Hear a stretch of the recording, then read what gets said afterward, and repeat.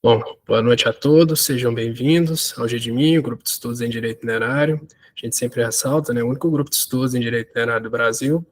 Esse mestre sobre a minha coordenação, do Danilo, do Maicon, da Maria Raquel também, a nossa conselheira, né, Maria Raquel? Estamos aqui reunidos para... Perdão, pessoal, deixa eu só resolver um assunto aqui, rapidinho, já volto.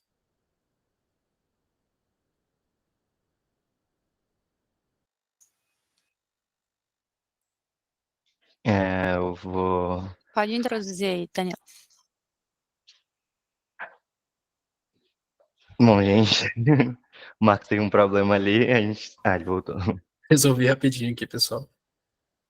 Bom, estamos hoje reunidos aqui para tratar de um tema importante, propriedade minerária. Para tanto, nós contamos aqui com a presença da Ana Maria Damasceno. Seja muito bem-vinda, agradecemos de antemão a presença. Ana é doutoranda em Direito pela UFMG, mestre em Direito pelo UFOP, pós-graduada em Direito pelo PUC, graduada em Direito pela UFMG, advogada responsável pelas áreas de resolução de disputas e fundiário do William Freire, professora universitária e diretora administrativa do Instituto Brasileiro de Direito Minerário. Ana, seja bem-vinda. Agradecemos a presença novamente. Tenha a palavra. Marcos, muito obrigada pelo convite, Danilo, Raquel. É sempre um prazer voltar aqui ao GEDMIN. É um lugar que a gente, historicamente, tem pessoas muito interessadas, debates muito interessantes, né? E então é um prazer poder contribuir aqui com vocês e com todas as pessoas que conectaram aqui com a gente hoje. Bom, já que você já me apresentou, Marcos, eu já vou passar aqui para a apresentação, e a ideia mesmo é que a gente possa debater em duas frentes aqui. A primeira é a frente constitucional, né? O nosso tema hoje é propriedade minerária.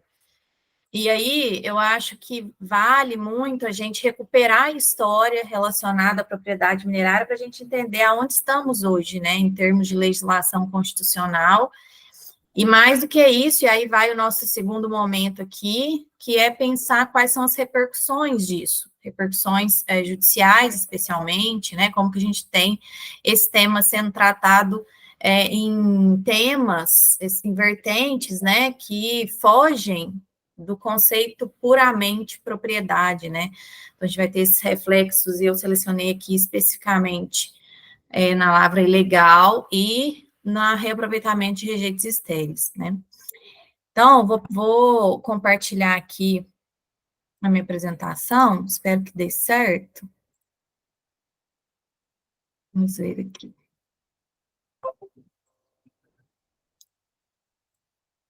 Vocês estão vendo? Estamos vendo. Aí eu não estou vendo vocês, então eu sinto muito à vontade aqui, se vocês quiserem me interromper, tá? Claro, eu peço por gentileza ao pessoal que levantem a mão, escrevam no chat para a gente manter uma certa ordem, mas fiquem à vontade. Tá, aí vocês vão então me endereçando, porque eu não estou vendo nem o chat, nem vocês, tá bom? Claro. Então tá, então vamos falar um pouquinho da história, né, para a gente entender alguns debates que a gente tem hoje, tanto no âmbito da ANM quanto perante o judiciário.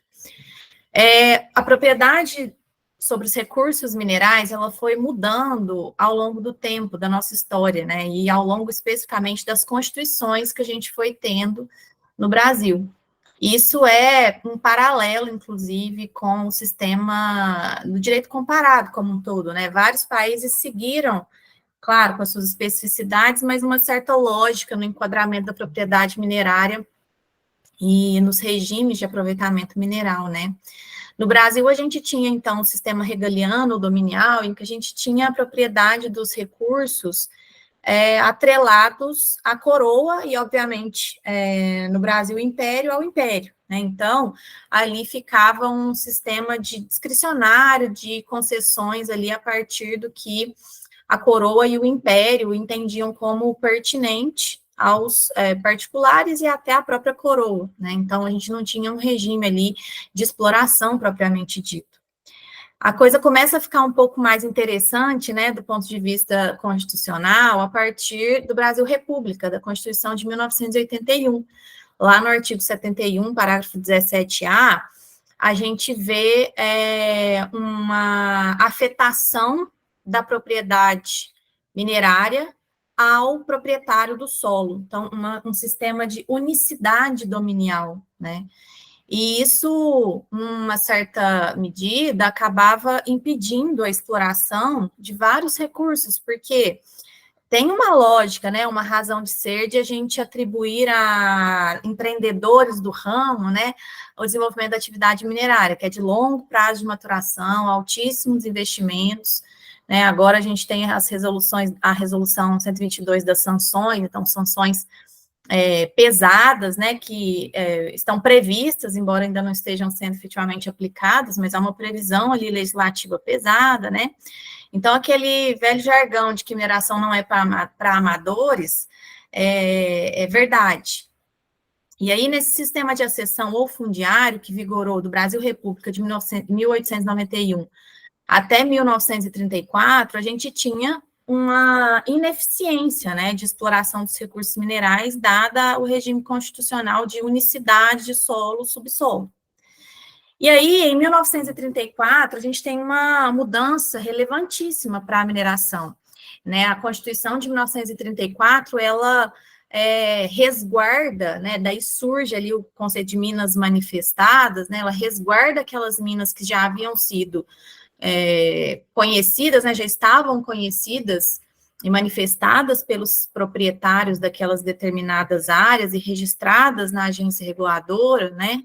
Na época ainda não era uma agência, né, obviamente.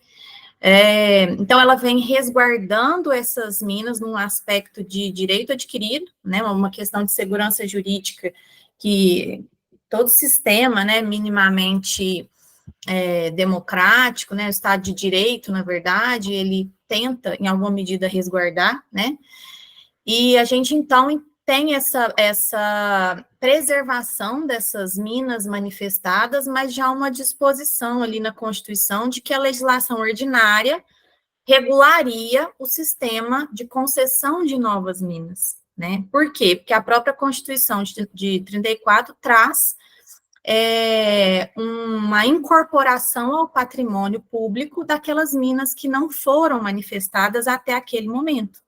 Então, daí que surge o Manifesto de Mina, né, e a natureza jurídica dele como direito de propriedade.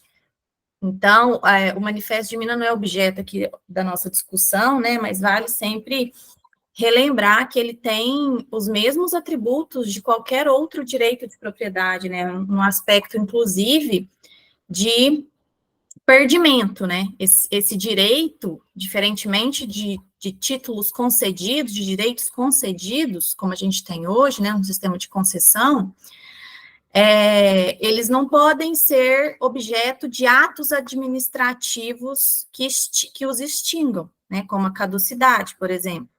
Então, sendo um direito de propriedade, ele precisa se reger, né, pelas normas gerais. Então, é necessário que, por exemplo, haja uma desapropriação de manifesto de mina. Há uma discussão tributária, inclusive, se deve se pagar CEFEM, né, sobre exploração decorrente de manifesto de mina. Tudo isso dada a sua natureza jurídica resguardada a partir da Constituição de 34. Isso ficou também evidente no Código de Minas de 34, né, que foi a legislação ordinária subsequente à Constituição, que veio, então, consagrar aí esse regime de manifestos de mina, mas também de incorporação do patrimônio mineral ao patrimônio público.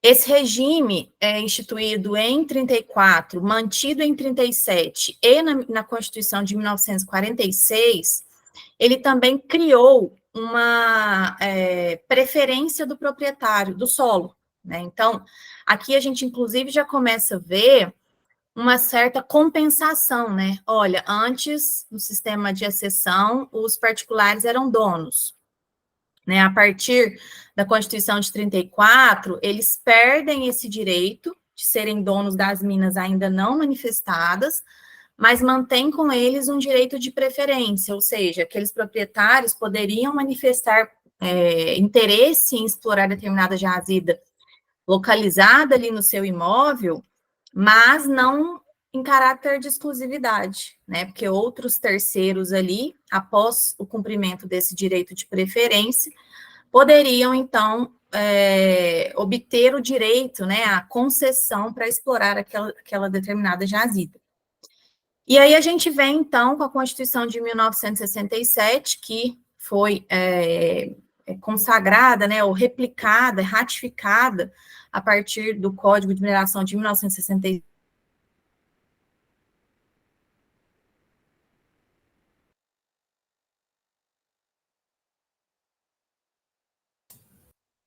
Ana, eu acho que ficou mudo, Ana.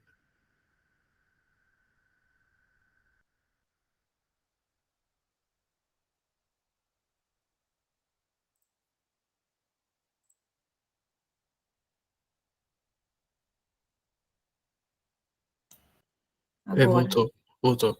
alguém que me mutou, viu? Não fui eu, não. Deve ter sido um bug aqui. Eu nem relei aqui, mas deixa eu voltar aqui. Vocês estão vendo minha apresentação, não, né? Não, Tá, então peraí.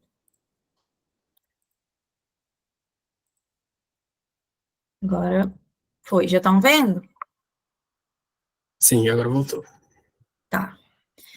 Então, vamos lá. Eu vou repetir aqui o que eu estava dizendo a respeito do sistema de concessão com preferência, que eu não sei se vocês escutaram, né?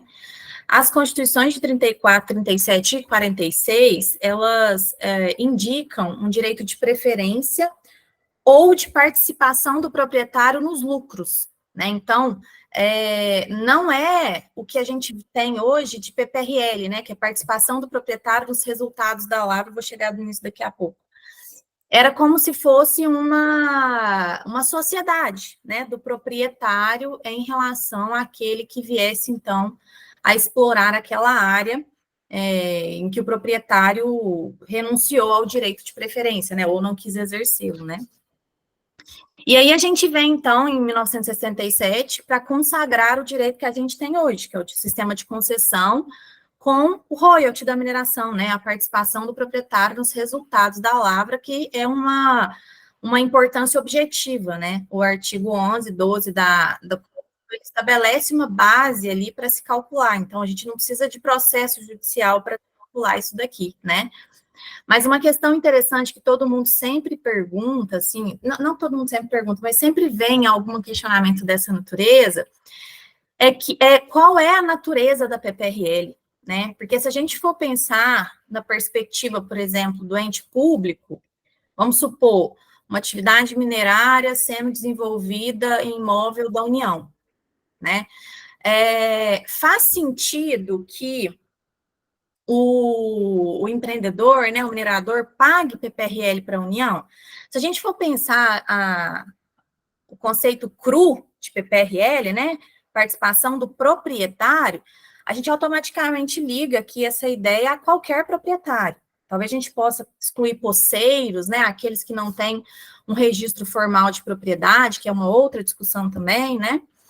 Mas pensando aqui especificamente no ente público, e é permitido, né, a mineração em imóveis públicos, o artigo 27 faz apenas uma distinção, que é o não pagamento de renda, mas no mais se aplica normalmente, né, tal como se o imóvel fosse particular mesmo.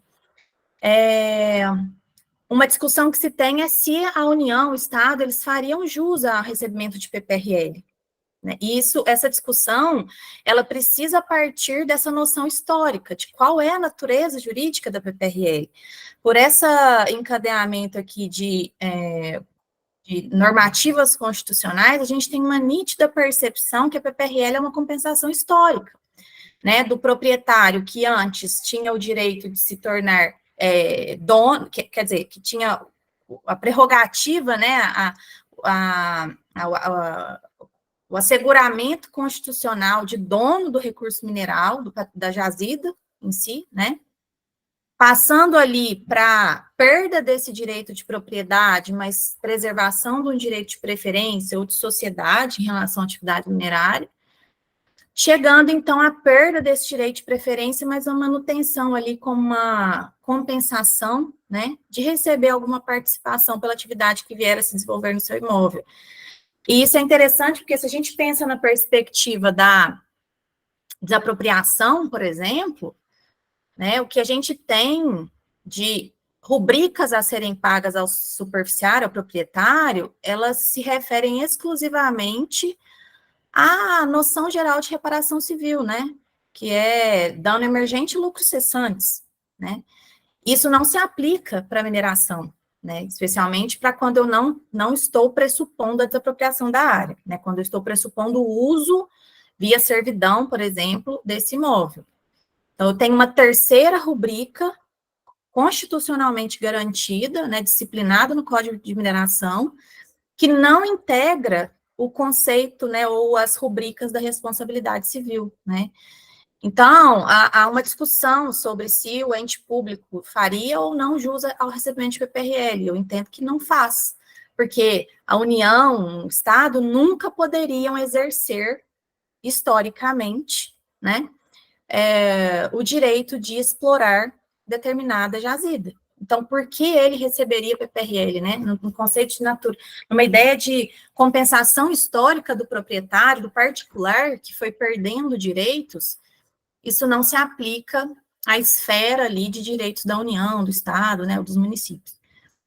Então, essa é um reflexo interessante quando a gente vai ter que negociar com o ente público, e quando a gente está falando de união, a gente está falando de negociar com a SPU, né, sobre acessos para fins de realização de atividade minerária. Mas só um parênteses, né, gente? Isso não é pacífico. Obviamente, quando a gente vai negociar isso com a SPU, tem sempre as contrapartidas que são solicitadas, né? Há sempre a discussão envolvendo pagamento de CEFEM versus PPRL, né? Então, assim, é só mesmo uma ideia para a gente começar a pensar o que realmente faz sentido constitucional e o que não. Bom, indo adiante, na Constituição de 88, vocês já estão carecas de saber isso, mas vale rememorar, porque a Constituição, então, ela atribui à União a propriedade sobre os recursos minerais e ressalva ao concessionário a propriedade do produto da lavra.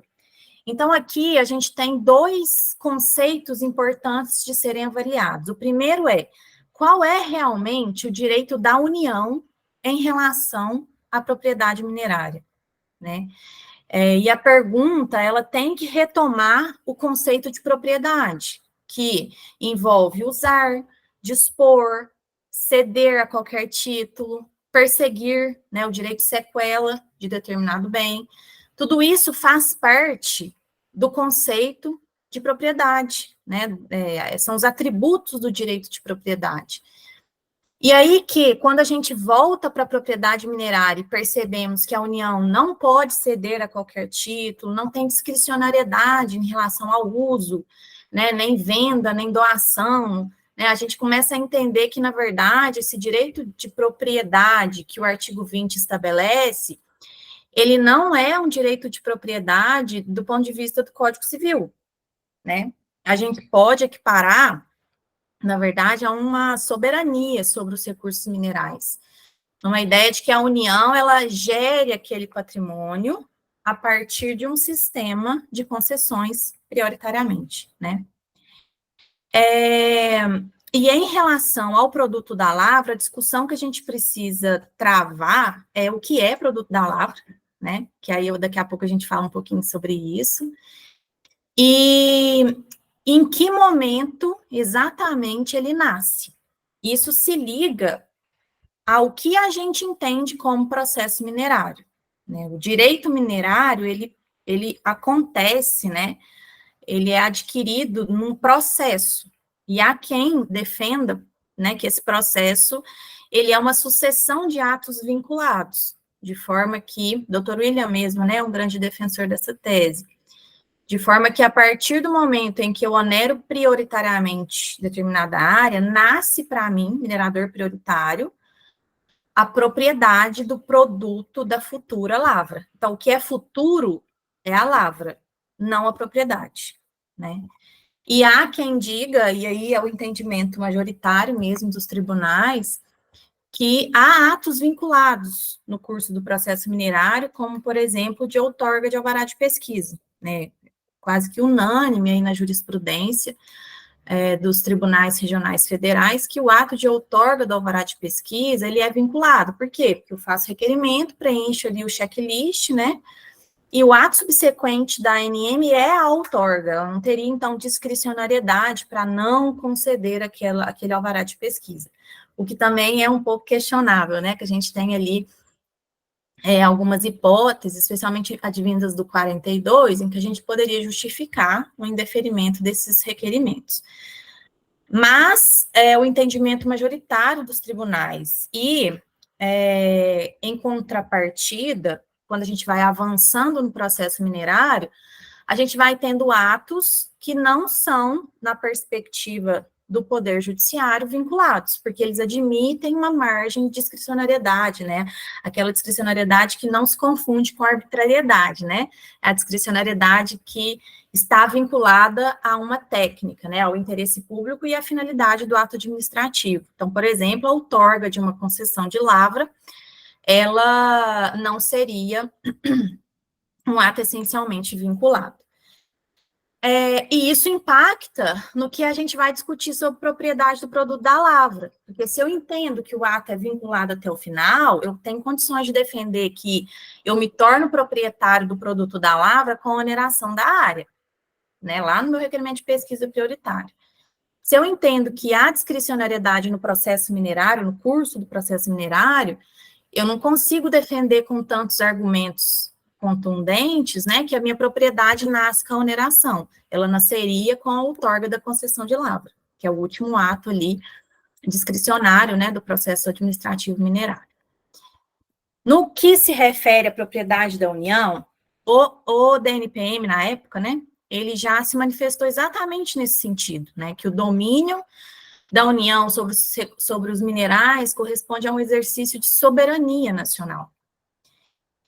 E isso nos leva a uma reflexão duas, na verdade, assim, bem importantes, né, e que tem reflexos reais, concretos, nas discussões que a gente trava, por exemplo, em relação à lavra ilegal, né.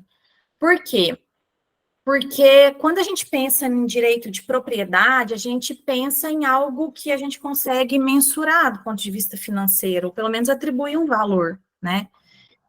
E se a gente está discutindo nessas ações de usurpação, a lavra ilegal, ou seja, a dilapidação do patrimônio mineral, cuja soberania está submetida à União, e não à propriedade do ponto de vista civil, né?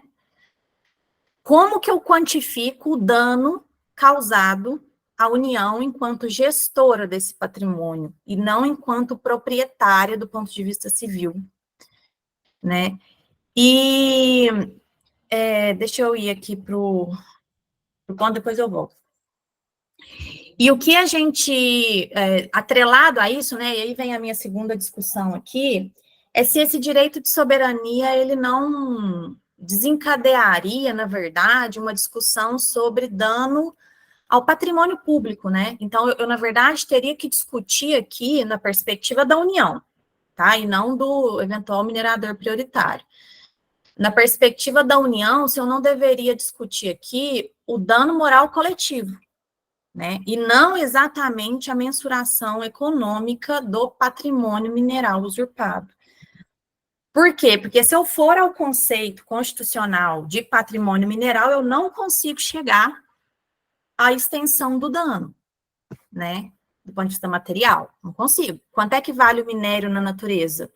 Nada, né? Não tem valor econômico, mas tem um valor social, tem um valor para a sociedade, enquanto dano coletivo, né?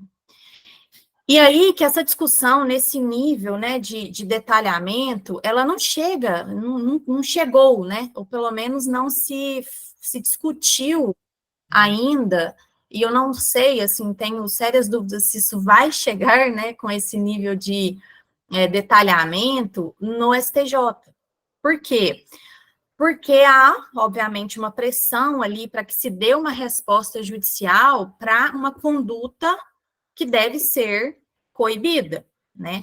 E aí, puxando também na história, né, dessas ações, a gente está falando de ações civis públicas que começaram a ser ajuizadas lá pelos anos de 2009. Então, são ações relativamente recentes, né? A gente tem ações aí de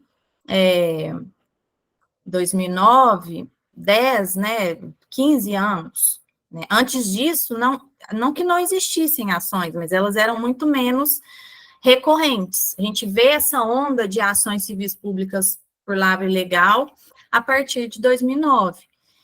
E até hoje não temos uma decisão, ou pelo menos uma tese jurídica vinda do STJ que realmente indique como quantificar o dano ao patrimônio mineral em ações de usurpação. O que a gente tem é uma tendência do STJ, que, na minha opinião, em breve ela vai virar tese vinculante, de que esse critério deve se equiparar ao faturamento bruto da empresa que eventualmente lavrou ilegalmente em determinado período. O que, conceitualmente e constitucionalmente, é uma aberração jurídica, né? Porque se eu estou causando um prejuízo, a essência da minha discussão é reparação civil. Estou discutindo aqui reparação civil, indenização. E pressupostos da indenização são ato ilícito, dano e nexo. Então, a base jurídica, né, para eu quantificar a indenização é a extensão do dano. Está lá no 884, né, do Código Civil. Então, ao reparar a extensão do dano, via entrega do mesmo material ou conversão pecuniária, eu teria reparado civilmente aquele prejuízo. Mas faturamento bruto não equivale ao dano, não equivale ao indevidamente auferido, né, não equivale ao dano moral coletivo. O que é o faturamento bruto, senão um mecanismo de sanção civil?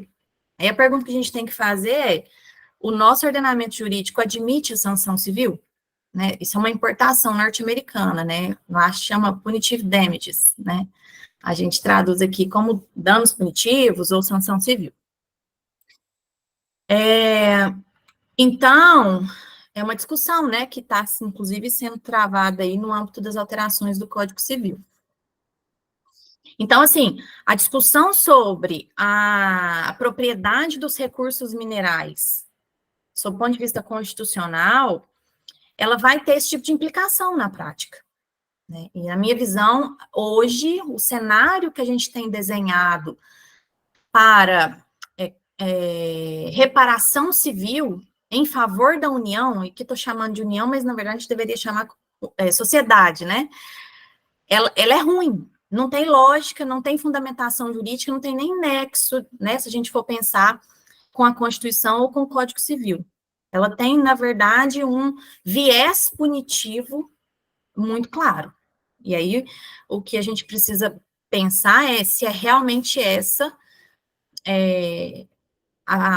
o entendimento, né, que a gente deveria firmar no âmbito da responsabilização civil. E aí, né, uma pergunta que sempre fala, mas aí como que a gente vai desestimular a conduta, né, que realmente é uma conduta que não se espera, não é boa para ninguém, né, e, enfim, não é algo que a gente devesse tratar como que, e essa é uma das teses, né, da União, como se regular fosse.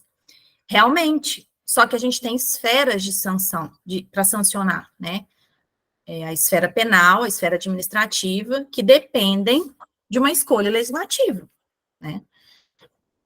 A esfera civil não é definitivamente uma esfera sancionatória, ela é essencialmente uma esfera reparatória, e eu reparo na exata medida do dano.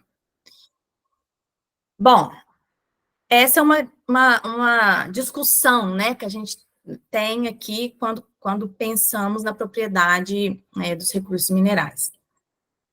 Agora, pensando na perspectiva que a gente estava falando, da propriedade do produto da lavra, essa mesma discussão sobre lavra ilegal já bateu no STJ num julgado isolado, ele nunca mais foi replicado, porque realmente ele tem problemas de fundamentação, mas vale sempre mencionar que já houve um entendimento no STJ de lavra ilegal, mas invertendo os papéis aqui, né? Um terceiro, que não era titular de direito minerário nenhum, lavrou ilegalmente uma área que já estava onerada por um direito minerário de terceiro, né, de um minerador prioritário.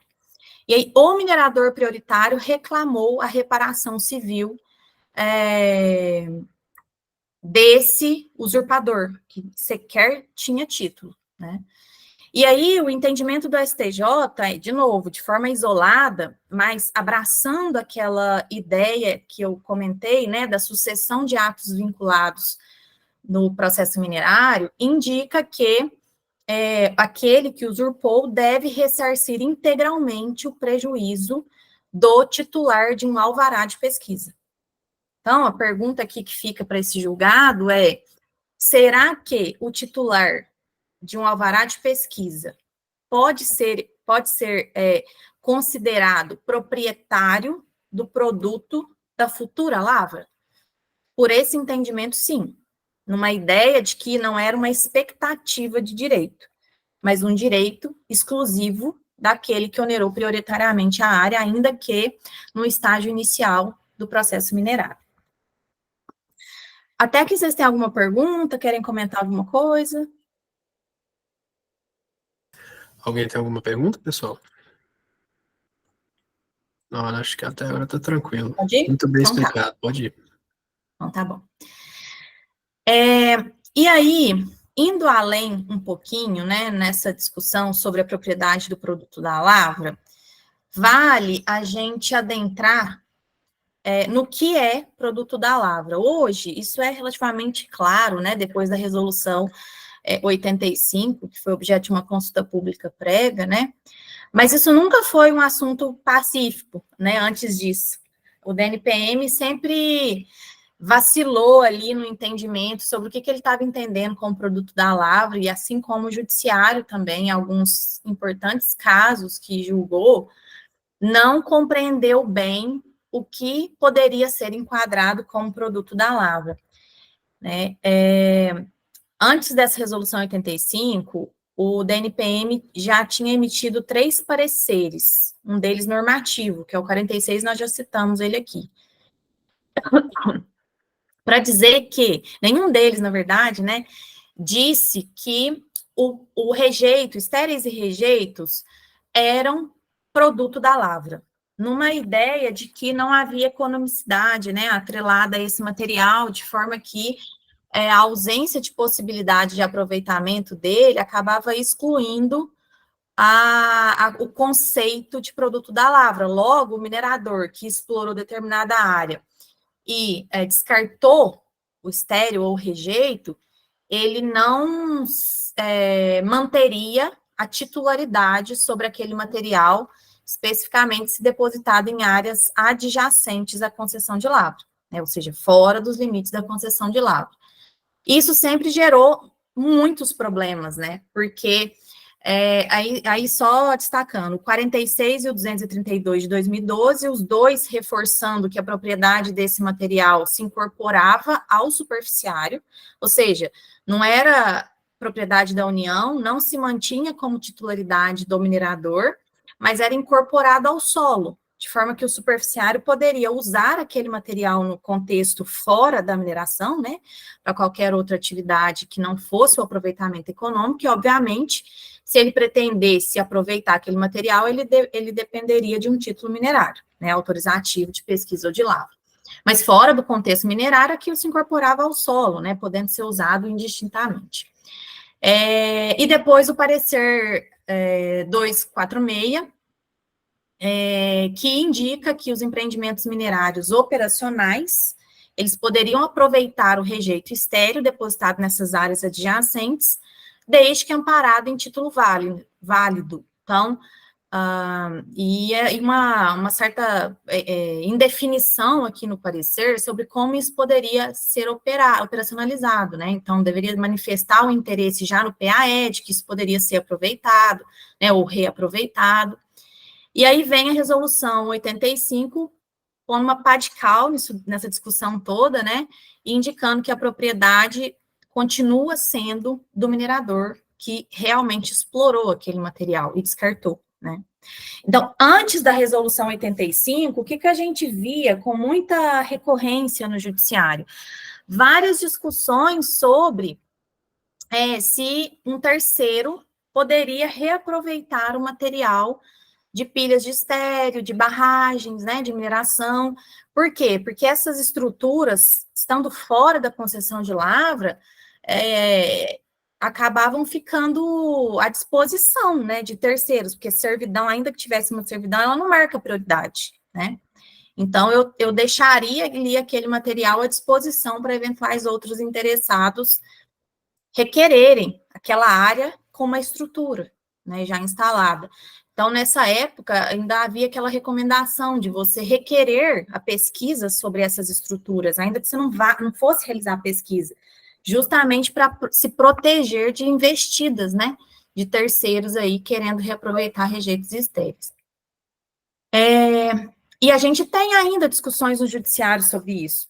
Por exemplo, não sei se vocês acompanharam, né, uma discussão longa mesmo no judiciário sobre a ICOME, né, a história da exploração na Serra do Navio, ela se confunde com a história do Amapá, né, e um universo ali de judicialização no entorno do reaproveitamento do material explorado ao longo de 50 anos, né, naquela região.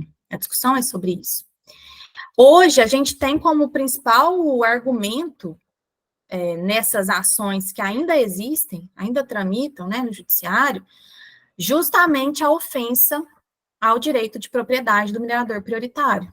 Porque a outorga de alvarás de pesquisa em cima de estruturas viola essa sistemática, né, que a Resolução 85 acabou estabelecendo para a propriedade do produto da lavra.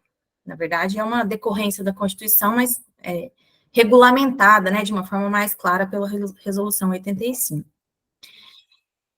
Bom, e um último ponto que eu queria abordar, que é sempre uma questão também, é sobre se a gente está falando de patrimônio, aí voltando um pouquinho, né, no artigo 20, a gente está falando de patrimônio público, né, soberania da União sobre os recursos minerais, como que fica a disputa pelo espaço, a disputa de empreendimentos no mesmo imóvel, né, na mesma área, em relação à União, né? Por exemplo, a gente vê discussão sobre restrição de atividade minerária por municípios. A gente tem até essa discussão agora de novo, de uma forma bem pontual e interessante, no PL, né, no novo Código de Mineração. Então, tem um dispositivo lá específico para regular a lei de usurpação do solo. A gente vê isso daqui acontecendo nas desapropriações dos municípios para distrito industrial. Não sei se vocês já vivenciaram isso, mas isso é relativamente comum, né? E as desapropriações em geral, ou servidões administrativas, que, em alguma medida, interferem com atos administrativos da ANM prévios, né? Então, outorga de alvará, ou outorga de publicação de laudo de servidão para uma determinada área, né? Ou outorga de concessões de lavra, né? Tudo previamente a um outro empreendimento que venha a ser projetado para aquela área. E a gente tem a discussão, uma das discussões, né, que é sobre se a União deveria ou não intervir nesses processos como titular do patrimônio, né, e a gente vê, assim, na prática, né, no mundo ideal, a gente deveria ter a manifestação desse ente, né, especialmente quando a gente está tratando de atos administrativos vindos do mesmo ente, que é o que a gente vê com linha de transmissão, né, hidrelétrica, a gente vê atos da ANEEL disputando ali com atos da ANM. Então, era desejável que a gente tivesse uma uniformidade, né, algum ente ali da esfera executiva para definir o que, afinal de contas, deve prevalecer, né, que a discussão é essa. Só que o judiciário não pode fazer esse tipo de avaliação, né, o judiciário ele tem que se ater à lei e não ao interesse público. Interesse público, quem diz o que é o Poder Executivo, né, as agências reguladoras, os ministérios. Então, o judiciário fica completamente restrito nessas discussões. Nem pode, né? Do ponto de vista do Decreto-Lei 3365, nem pode fazer esse tipo de dedução, de debate. Então, assim, do ponto de vista do mundo ideal, era desejável que a gente tivesse um debate nesse nível, talvez até numa esfera extrajudicial, para que a gente não tivesse que levar essas discussões de ordem material para um processo judicial. Mas na prática, o que acontece? A União é sempre intimada e ela sempre manifesta o quê? Não tenho interesse, isso não é problema meu, né? Isso passa a ser problema do empreendedor, como se fosse um risco da atividade que ele se propôs a investir, né? E depois a obter os lucros disso. O que é, do ponto de vista de risco, né? De dispêndio financeiro, até justificável, mas aí a gente volta ao conceito de propriedade sobre os recursos minerais, né? A União, ela exerce uma soberania em favor de quem? Da sociedade. Então, não intervir significa deixar aí desamparado, né, e sem uma proteção mais adequada, mais estruturada, em favor da sociedade, né? Que vai ver ali algum dos empreendimentos, às vezes de igual interesse público, né? Ou às vezes não, mas nessas grandes discussões, geralmente a gente está falando de 2 empreendimentos de utilidade pública, né? Um deles vai acabar se frustrando, se não houver, obviamente, um canal de acordo, né? Bom, gente, era isso que eu tinha separado, são várias discussões que a gente pode trazer aqui, mas eu queria deixar aberto aí também para vocês darem os insights e perguntarem também. Perfeito, Ana. A gente vê que é um tema que é multidisciplinar, né? Porque a gente fala de propriedade minerária, mas envolve direito tributário, responsabilidade civil, e as discussões vão se multiplicando, principalmente no Poder Judiciário.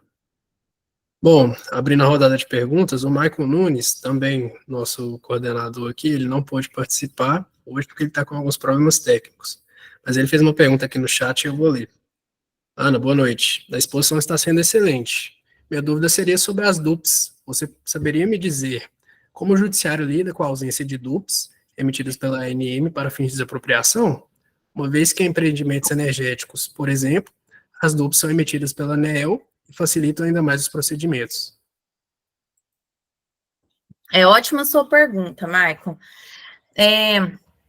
A ANM não regulamentou, né, a DUP. A gente conhece uma DUP para servidão, ela não foi para desapropriação e foi dada num contexto de processo judicial. Então, assim, não podemos usá-la como base para nada, né? O que a gente vê hoje? O judiciário, às vezes, confundindo um pouco a necessidade de DUP quando eu tenho o laudo de servidão. E lembrando, o laudo de servidão está regulamentado desde 1983, né? Então, não é uma normativa factível para o judiciário, ele não sabe que essa instrução normativa existe, né? E ela é pobre em termos de regulamento, nem fala ali de publicação de laudo, né? A gente foi construindo essa ideia de que os laudos deveriam ser publicados numa ideia de validade do ato administrativo, né? Todo ato precisa ser publicado, senão ele não tem validade.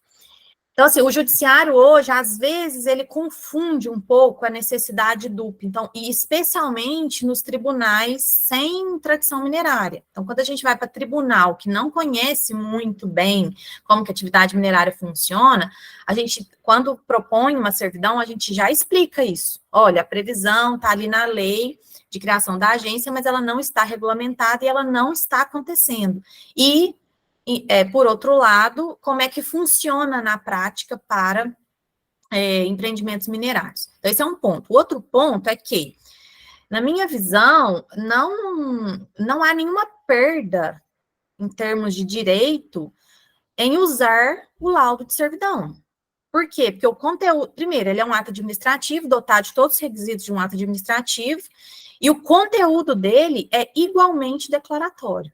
Então, ao se conceder um laudo de servidão, publicá-lo no DOU, o resultado é exatamente o mesmo de uma DUP. Só que a DUP é um instituto típico, ele é tipificado na legislação geral, né, de intervenção na propriedade privada, no Decreto-Lei 3365.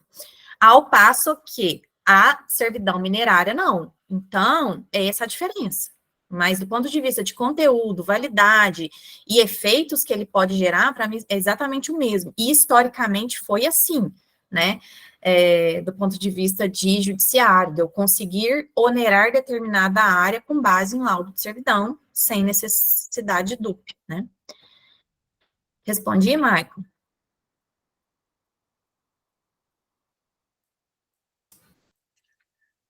Ele disse que Beleza. entendido, perfeito. Bom, o Daniel Borges também fez outra pergunta, eu vou ler ele aqui. Ah, Boa não noite, vou deixar Ana. o Daniel perguntar, não. Tô brincando, é que ele trabalha comigo. Boa noite, Vou Ana. falar. Para o pessoal que se interessar, o parecer 461 de 2010 da ANM é um ótimo material para material complementar, explicando um pouco mais sobre o que a autarquia entende acerca da impossibilidade de exigência da PPRL pela União como proprietária. Muito bom, Daniel. Na verdade, não é uma pergunta, é mais uma Uma constatação. complementação. Ótimo, Daniel. E a SPU também tem pareceres em que ela entende, assim, são pareceres divergentes, na verdade, que ela entende pela necessidade de pagamento de PPRL, mas numa ideia de que ele é um instituto jurídico diverso da Cefem, que é um preço público, né? A Cefem, você está pagando por usar um bem público, né? E a PPRL não. Então, há entendimentos na SPU também indicando a necessidade de pagamento da PPRL também, sabe? E na prática, quando a gente vai para o aspecto consensual, a gente acaba tendo que incorporar essas rubricas numa sessão onerosa ou gratuita. Então, a gente tem instrumentos que acabam jogando essas rubricas todas num bolo, né? No sentido de que, não, estou pagando X aqui por tudo, né? E a gente tem também os modelos em que a gente faz as sessões gratuitas, numa ideia de que a Cefem já vai ser paga numa sistemática própria, então não necessitaria de ter um pagamento adicional ali para o ente público. Então, isso tudo faz parte do processo negocial. E lembrando, todo processo negocial com o ente público, a gente tem que ter o aspecto administrativo por trás, porque, por exemplo, muitos municípios exigem autorização legislativa para você firmar um contrato de servidão, por exemplo, né? Então, esse processo negocial é um pouco diferente quando eu estou falando com o ente público, né? Não funciona como negociar com particular, né? Perfeito. A Beatriz de Sá Cavalcante fez uma pergunta aqui também. Boa noite a todos, parabéns pela exposição. Sobre a ação de danos e rendas ao superficiário na fase de requerimento de lavra, qual será o valor da renda que o superficiário receberá e durante quanto tempo? Ainda sobre a questão de resistência do superficiário com a mineração à área, até mesmo para realizar os estudos ambientais na fase do procedimento, do processo de licenciamento ambiental, qual seria o instrumento jurídico para cessar essa abusividade de direito? Ela fez mais uma aqui, mas eu vou dar Eu não entendi o finalzinho. Peraí, deixa eu reler. Vamos por partes aqui. Qual será o valor da renda que o superficiário receberá e durante quanto tempo? Então, tá. Boa pergunta também. A renda, ela equivale a lucros cessantes. Então, ela tem uma natureza jurídica muito próxima dos juros compensatórios de desapropriação e da servidão administrativa em geral. Então, o que eu preciso apurar aqui quando eu vou instituir uma servidão minerária? Qual é a lucratividade que aquele proprietário tem ao usar normalmente o seu imóvel? Então, para fins concretos, né, de sentença de constituição de servidão mineral, eu não estou falando de depósito, tá? Aquele depósito de emissão de imposto. Estou falando já depois da perícia, né? Fiz a perícia, apurei rendas e danos. O que é a renda ali da perícia? É o lucro cessantes concretos, né? O dano concreto, a lucratividade que aquele proprietário teve. Então, ele tem um projeto de qualquer coisa, isso não é dano, né? Isso é uma hipótese, né? Uma expectativa. Isso o direito não comporta. Isso tudo vai virar discussão de prova, né, no âmbito do processo. Mas, do ponto de vista teórico, o que a renda abarca é a lucratividade comprovada que ele deixou de ter em razão da atividade minerária, tá? Vamos para a próxima. Ainda sobre a questão de resistência, comunidade previsão de estudos ambientais, qual seria o instrumento jurídico para acessar essa abusividade de direito? Eu não acho que é abusividade de direito. Eu acho que o direito de propriedade, você tem o direito de falar, não, eu não quero, né? que essa atividade se desenvolva aqui. Então, há um tempo atrás, se discutia se realmente era possível ajuizar uma ação de supressão do consentimento. Justamente numa ideia de que, ao negar o o acesso do minerador para fins de licenciamento, aquele proprietário estava abusando do seu direito de propriedade. Eu nunca concordei, assim, na essência com essa tese, porque se ele é proprietário, ele tem direito, né, de falar, não quero. O que a gente precisa pensar é qual é o instrumento para superar esta resistência. E, mais do que isso, para compensar a superação dessa resistência, né? Hoje, a partir de 2018, não tem pouquíssimo tempo, né? 18, a gente está falando de 6 anos no máximo, né? O Poder Judiciário está muito permeável à ideia de usar a ação de servidão para isso. É essencialmente a finalidade? Não. A ação de servidão é um ônus, um gravame que você pede para instituir na matrícula do imóvel. Não faz sentido, do ponto de vista do código de mineração, né? Instituir uma servidão para você usar um ano ali o imóvel, fazer o seu EIA-RIMA, né? Para ter ali as amostragens e os catálogos que o licenciamento ambiental exige. Mas essa é a solução que deu certo. Né? Então, a ação ordinária de supressão de consentimento não funciona, né? O judiciário não encampa essa ideia, mas adotou como uma hipótese possível usar a ação de servidão para isso. Isso eu estou falando especialmente em Minas Gerais. Por quê? Porque a legislação ambiental, ela depende muito dos estados, né? Então, tem estado que exige anuência, tem estado que não, né? Aqui em Minas, a gente sabe que é assim que funciona, né? O órgão vem com uma exigência para você comprovar a posse, e aí a gente vai ter outra discussão sobre se realmente ele deveria formular esse tipo de exigência, né? No âmbito do licenciamento, né? É outra discussão. Mas, para lidar com essa exigência, o melhor caminho continua sendo a ação de servidão. Perfeito. E essa discussão envolve muito pedido de liminar, né, Ana? Geralmente o órgão ambiental estabelece prazos e o minerador precisa recorrer ao Poder Judiciário e falar, olha, me concede uma liminar para eu poder entrar lá e começar, né? As minhas atividades. Exatamente. E aí a gente vai para um outro problema também, né, que está até replicado no projeto de novo código. Né, as pessoas têm possibilidade de fazer novas e boas legislações e perdem essa oportunidade, né? O projeto, ele não resolve esse problema também. Por quê? Se a gente pegar lá o artigo 27, depois vocês vão ler com calma, mas dá uma lida ali no artigo 27 integralmente. Vocês vão perceber que dentro de 45 dias, no mundo ideal do Código de 67, o minerador estaria com uma sentença de servidão e perícia feita, e depósito feito, e emissão de posse. Hoje, com 45 dias, a gente não consegue nem citar o superficiário, não consegue nem achar onde ele está, né? O que dirá fazer uma perícia, depositar, ser emitido na posse, definitivamente, né? Que foi a lógica que o código pensou. O código é de 67, né? Eu não sei como é que era a lógica lá em 67, como é que a coisa andava, né? Provavelmente de uma forma muito mais célere do que a gente tem hoje. Mas, por que eu estou dizendo isso? Porque a gente usar a ação de servidão para essas fases do processo pressupõe inverter toda a lógica do código. Né? Engraçado que a ação está prevista lá, mas numa lógica diferente. A lógica era, eu vou pagar para depois entrar. Mas por que que é assim? Porque na lógica do código, em 45 dias eu estava lá, então não tem problema eu pagar primeiro para entrar, né? Hoje não é assim. Hoje, num processo, no direito processual civil constitucional, nós temos direitos e garantias a serem observados, e a gente não consegue observar esses direitos e garantias em 45 dias, né? Então, o direito de propriedade que eu estou suprimindo, estou restringindo, demanda procedimento em contraditório, né?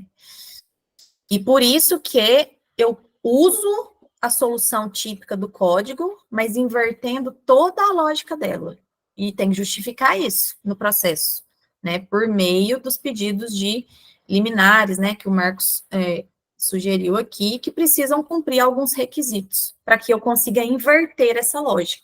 Então, eu, minerador, que estou invertendo a lógica do código, tem que, no mínimo, garantir que eu não estou dilapidando, né, ou frustrando o direito do proprietário de uma forma absoluta ou muito gravosa, né?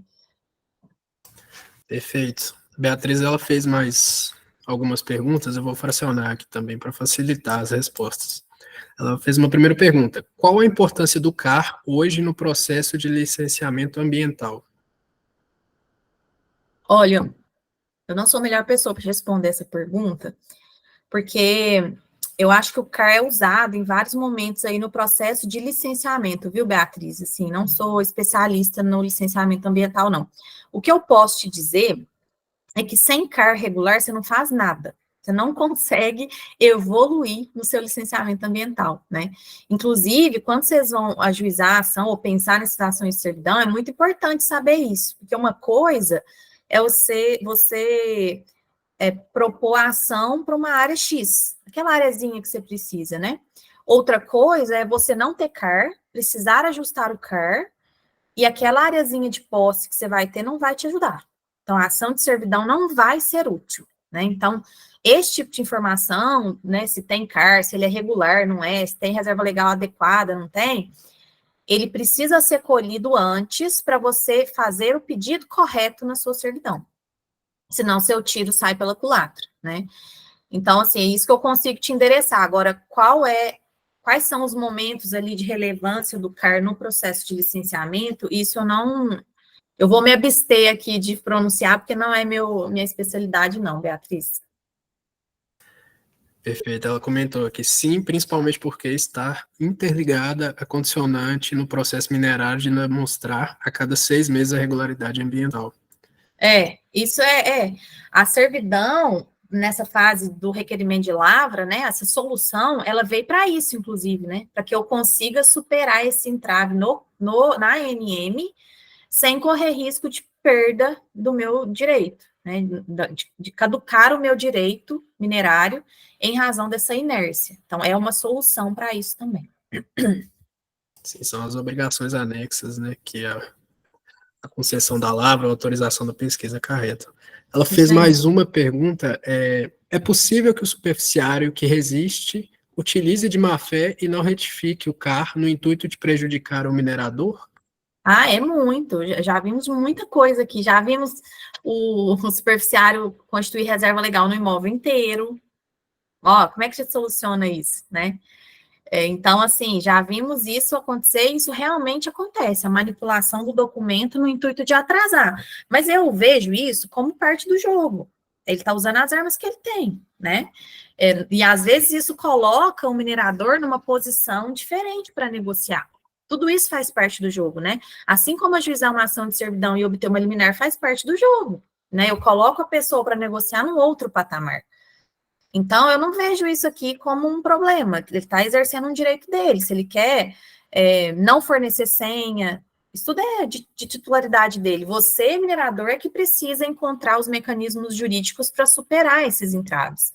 Seja via ação judicial, seja num diálogo institucional, que acontece também, né? Então, você jogar uma determinada exigência para uma condicionante, dialogar com o órgão sobre se determinada decisão é suficiente para superar uma exigência, né? Então, o diálogo institucional também pode servir aqui para você entender enfim, viabilizar, né, a superação desses entraves que vão surgindo. Perfeito. Alguém mais tem alguma pergunta, pessoal? Fiquem à vontade. Podem levantar a mão, escrever aqui no chat que a gente lê. Eu tenho uma pergunta. Essa pergunta também foi feita pelo Michael. Ele pediu para a gente ler aqui, porque ele está com problema. Ele perguntou sobre o órgão executivo para fins de conciliação de empreendimentos energéticos minerários que você comentou. Se você não acredita que o Ministério de Minas e Energia consegue lidar por si só. Eu acho que deveria ser ali o campo de diálogo, né? Especialmente quando a gente está tratando de empreendimentos submetidos a ele, que é o caso dos empreendimentos de energia e de mineração, né? Assim, nos parece muito lógico, né? Assim, debatendo isso daqui, talvez o pessoal da engenharia pareça mais óbvio ainda, né? Que a gente devesse ter uma instância de decisão administrativa uniforme, né? Mas já não tem. Então, quando a ANEEL expede DUP, ela não olha o que tem ali embaixo. E eu também não sei, do ponto de vista técnico, o quanto isso é viável, né?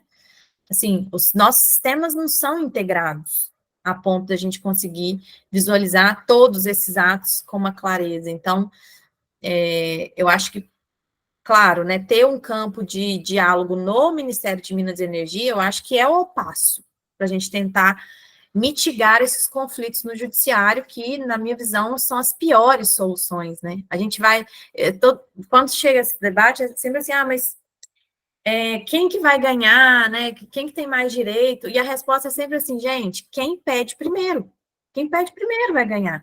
Por quê? Porque o judiciário não vai falar qual que é o melhor, ele não vai fugir do decreto-lei. Então, se chega uma DUP de energia em cima de uma concessão de lavra de 1960, sabe o que vai fazer? Nada, emitir na posse com base no valor venal depositado, que é isso que o decreto-lei manda. Então, e o contrário também, né? Porque se o detentor de um laudo de servidão deposita judicialmente o valor e pede para ingressar na área que tem uma transmissora de energia, ele ganha. Com menos probabilidade, porque ainda se discute se o decreto-lei deveria se aplicar integralmente à servidão minerária, que é outra discussão, né? Mas existe. Agora, a resposta é sempre essa. Quem pede primeiro vai ganhar. O judiciário é muito restrito. O máximo que a gente consegue fazer é, num poder geral de cautela do juiz, evitar que essas emissões de posse ocorram em projetos em andamento, né, empreendimentos em andamento, mas numa ideia de que eu preciso aguardar a perícia. Né, isso existe realmente, porque às vezes eu consigo falar, olha, tudo bem, depositou aqui o valor da área, mas meu prejuízo é, sei lá, 100 vezes isso aqui, né? E aí, depois da perícia, eu consigo colocar a outra parte para negociar. Isso já aconteceu, acontece muito. Por quê? Porque ele vê o valor das cifras da indenização e fala, opa, deixa eu sentar aqui para tentar adequar, porque às vezes pagar este preço inviabiliza o meu empreendimento de energia, né? Mas do ponto de vista exclusivamente processual, se a gente não tem essa instância ainda executiva para definir, a gente vai estar sempre sujeito a quem pedir primeiro acabar ganhando, né, uma emissão de posse. Ana, mais uma dúvida pessoal. No longo prazo, então, o entendimento do Poder Judiciário, numa sentença, seria pela conciliação e pela indenização da medida dos prejuízos. O Conciliação das judiciário, duas ele nunca atividades. sentencia mandando conciliar, não, viu, Marcos? Ele, assim, Não? ele sempre abre o espaço de diálogo para uma audiência de conciliação, né, no âmbito do processo, como o rito comum do processo mesmo, né? Mas as sentenças nessas ações de servidão, eu vou chamar de servidões administrativas, eu estou chamando num conceito geral, tá? De servidão administrativa para a linha ou para servidão mineral, né? Para empreendimento minerário. As sentenças, elas, a gente chama de cognição certa, né? Por quê? Porque se você demonstra seu direito e paga o preço, o caminho do processo é uma sentença de procedência, né? Outras discussões que você vai travar, elas têm que ser em processos apartados. Tipo, a sua DUP caducou, enfim, questões alheias a valores, né? Podem ser discutidas em processos apartados. Mas, estando válido o seu direito, demonstrado o seu direito e depositado o preço após perícia, a sentença é inevitavelmente procedência, né? Então, ela julga procedente e fixa o valor indenizatório. Para a mineração, ela deveria fixar sempre rendas e danos. Perfeito. Seria muito bom nós desenvolvermos estudos no sentido de conciliar, né? Propor algo no sentido de conciliar, porque realmente são duas atividades importantíssimas, né? Tanto a transmissão quanto a lavra, enfim. Mas assim, esse campo de conciliação, ele funcionaria se fosse extrajudicial, porque no judiciário, se você de duas uma, né? Ou você tem a liminar e não vai negociar, não tem apetite para negociar, porque você tem a liminar, já está operando, ou você não tem a liminar e a outra parte não quer nem saber, porque ela vai seguir o projeto dela. Né?